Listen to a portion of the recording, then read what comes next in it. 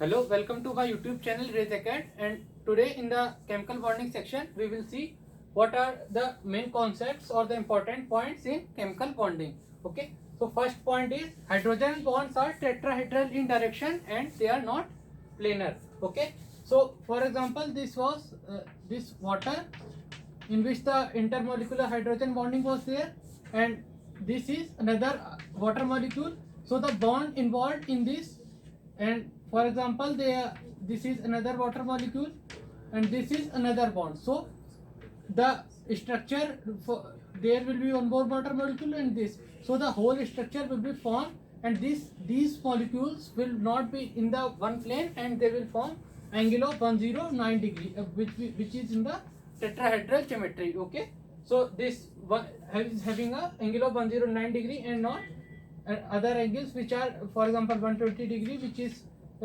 which should be there when the molecule should be is planar. For example, next is orthonitrophenol, in which intermolecular hydrogen bonding was there. This is O molecule and this is O, this is H. So when this is formed, these all atoms are not in one plane, not in one plane. This is not a planar molecule, it is having an angle of 109 degree. So when this molecule will be formed, the angle will be 109 degree and not the angle which should be in the plane, like 60 degree or like something.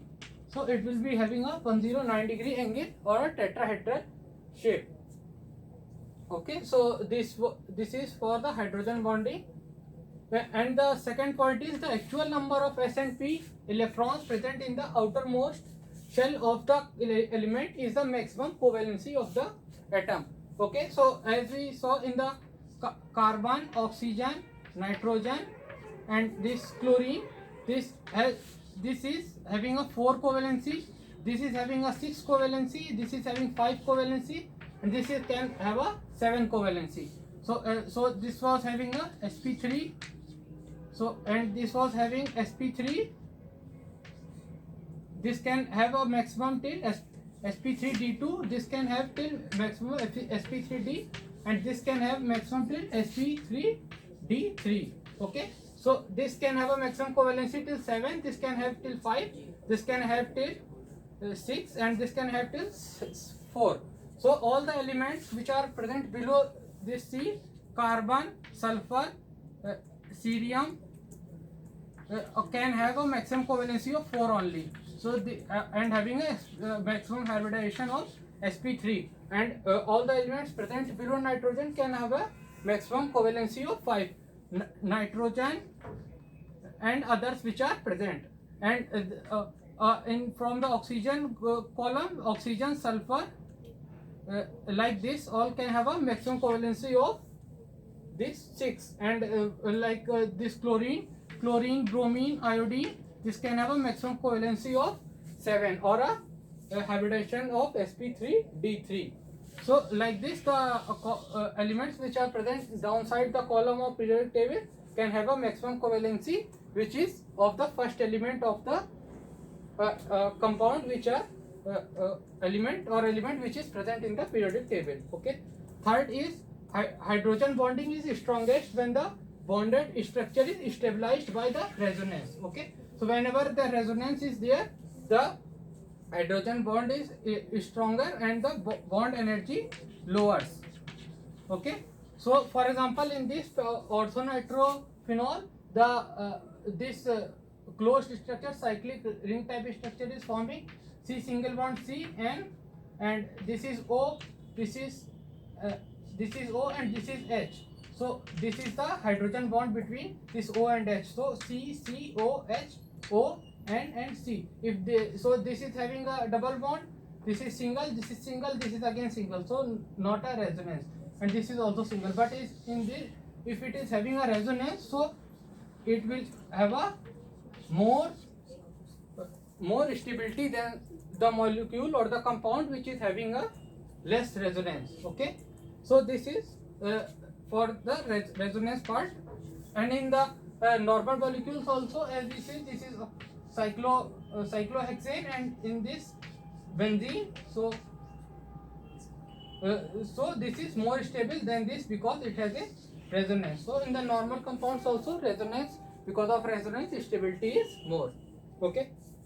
So next is critical temperature of water is higher than that of O2 since O2 is non-polar and H2O is polar. So as we saw, because of hydrogen bonding also, and because of this O2 is having a delta negative sign and this hydrogen is having a delta positive. So and also in the, so this is having one dipole moment because of this O and H, and this is having delta positive. Okay, so this is having dipole moment not equal to 0, dipole moment not equal to 0, and when it is forming a hydrogen bond with this H, this O, this H, so again this delta negative and delta positive. So because of this hydrogen bond, this more polarity is introduced in the water molecule.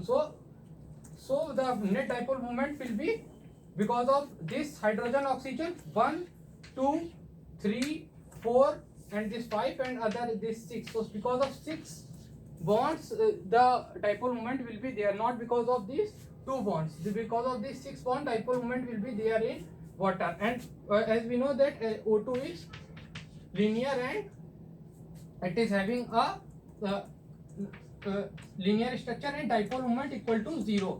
So it is having non-polarity in this. So it is critical temperature of water is higher and this oxygen has lower because it is non-polar. So the other, because it will not interact with other oxygen molecules as the water is interacting with other molecules, because it is not non-polar, so it will having a very less interaction with other molecules which are present in the solution.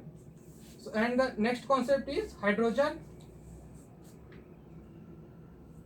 fluoride bond exist in vapor phase also. Okay, so as we saw that there is series HF, HCl, HBr, HI. So HI bond is very less stronger as I has very large size and H has small size, and the size decreases in this direction. So hydrogen fluoride and also this fluoride is having a very large electronegativity, and hydrogen is positive, which is constant in all.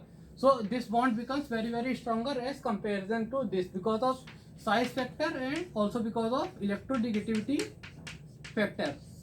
Okay, so because of these two factors, hydrogen fluoride is the strongest. So in the vapor phase also this bond doesn't break and it exists.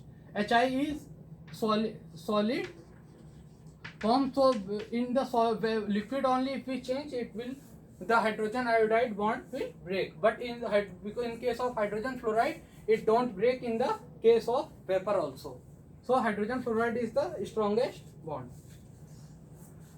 So more lone pairs and introduced to the more repulsion in particular compound. So for example, there is a particular compound in which one lone pair is there, it is having a very less repulsion, and lone pair, as the lone pair number will increase, the repulsion will increase in the particular compound, as lone pairs are nothing but a group of 2 electrons. So between